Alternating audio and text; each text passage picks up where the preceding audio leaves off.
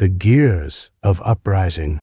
In the smoky heart of Cogsworth City, where towering brass spires pierced the clouds and canals hissed with the breath of steam-powered vessels, a rebellion quietly stirred. The regime ruled with iron precision. Chancellor Ironheart's grip was absolute. His mechanized enforcers patrolled the streets. His clockwork spies listened through the copper pipes woven into every building. The people walked with their heads low, voices muffled by fear and the constant hiss of machinery. But in the shadows, resistance took root. A mysterious inventor named Viridian, known only for his brilliant yet bizarre mechanical creations, orchestrated an alliance from a secret base in the marshlands. No one knew his true face, but his devices, tiny steam spiders that could record voices, automatons that moved like dancers, gliders stitched with brass wings, whispered of genius and danger. His most trusted ally, Isadora, was a gifted engineer who operated deep undercover among the ruling elite. Under the guise of a loyal technician, she siphoned off secrets, blueprints, and schedules, feeding the rebellion from inside the beast. She believed, as Viridian did, in a city that could be free, not just of Ironheart, but of the chains disguised as progress. And then there was Cassius, a rogue airship pilot who once smuggled contraband and now led a ragtag fleet of flying brigands. His ski ships, cobbled from salvaged Imperial wrecks, hovered in the foggy fringes, waiting for the call to strike. That call came one evening. In her hidden workshop, beneath the Ministry of Steam, Isadora activated a device of her own design, a steam-powered pulse communicator. Gears spun, pistons hissed, and encoded puffs of vapor whispered her message through the labyrinth of pipes that webbed the city. In the marshlands, a listening station built by Viridian ticked to life. The message was short. "We're ready." The gears of rebellion began to turn. Cassius struck first. Under cover of night, his airships soared above Ironhold Depot, the city's most fortified armory. Explosives rained from the clouds, brass cannons roared, and his fighters swept in, scattering Ironheart's guards and looting the depot. Steam and fire lit the sky. The people, watching from behind their shutters, didn't dare cheer, but in their hearts, something stirred. With weapons in hand, the rebels needed a way to finish the war before it began. Viridian answered the call with his most ambitious invention, Project Eon. Locked away in his workshop, he and a team of engineers and rogue scientists labored day and night. The device's purpose remained secret to all but him. To some, it was salvation. To others, a weapon too dangerous to exist. Tensions flared. Arguments broke out. Was freedom worth unleashing something even the inventor feared? While the rebels debated, Ironheart struck. Isadora's covert transmissions were traced. Her workshop was raided, her co-conspirators imprisoned or executed. She herself was dragged to the top of the Iron Citadel, that towering fortress of smoke and iron that pierced the clouds above Cogsworth. Viridian received no signal, only silence. Knowing what it meant, he turned to Cassius. Together, they crafted a rescue plan, audacious, deadly, desperate.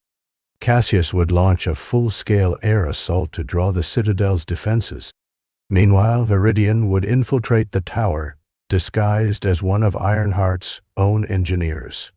Project Aeon, hidden in a secret compartment within his mechanical leg. At dawn, the skies above Cogsworth erupted into chaos. Cassius' fleet clashed with Ironheart's aerial sentinels. Airships burst into flame, raining brass and fire over the canals. Smoke blotted out the sun. Within the fortress, Viridian moved like a ghost through corridors lined with gears and hissing valves. When he reached Isadora's cell, he found her bruised but unbroken. Together, they escaped through a maintenance duct, built to flush waste steam, now their lifeline. Before they left, they planted timed explosives along the citadel's core. As the final charge clicked into place, Isadora turned to Viridian. "Are you sure Aeon is ready?" He only nodded. The blast shook the city. The citadel cracked, its upper levels collapsing in a cloud of smoke. Ironheart's throne room ignited like a forge. The people of Cogsworth looked up, and for the first time in generations, they saw the regime bleed.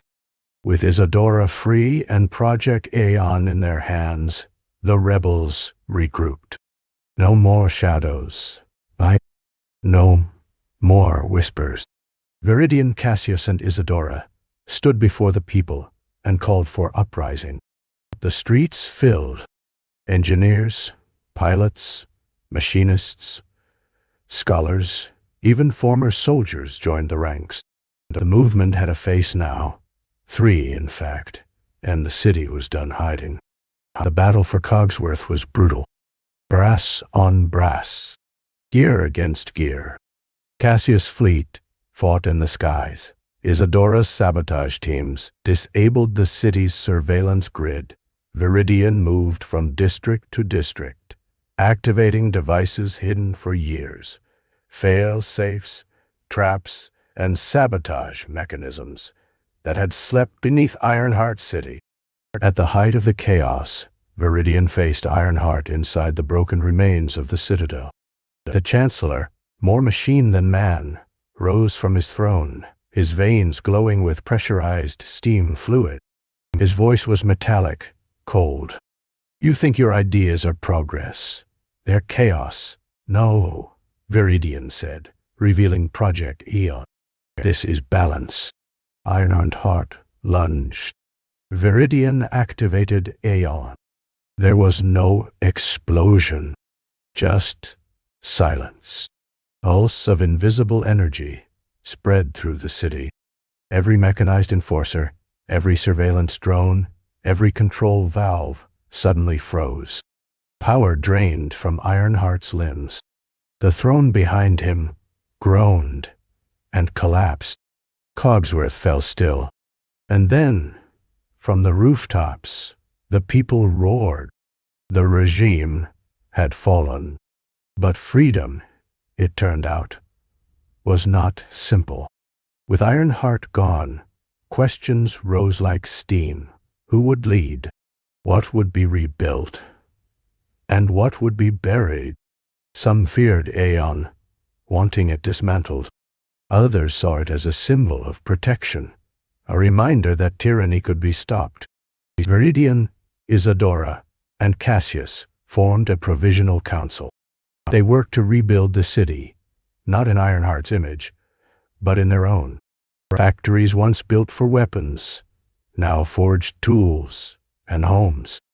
Airships ferried medicine and engineers, not bombs. And yet, beneath the ruins of the Citadel, something stirred. Deep in a sealed vault, hidden protocols blinked to life. Forgotten circuits warmed. An artificial voice spoke into the dark, rebooting Ironheart Protocol. Above ground, the gears of Cogsworth City turned once more. Freer now, but never without danger. Because in a world powered by steam and ambition, progress never stops. And neither does the fight for what it means to be truly free. God, no.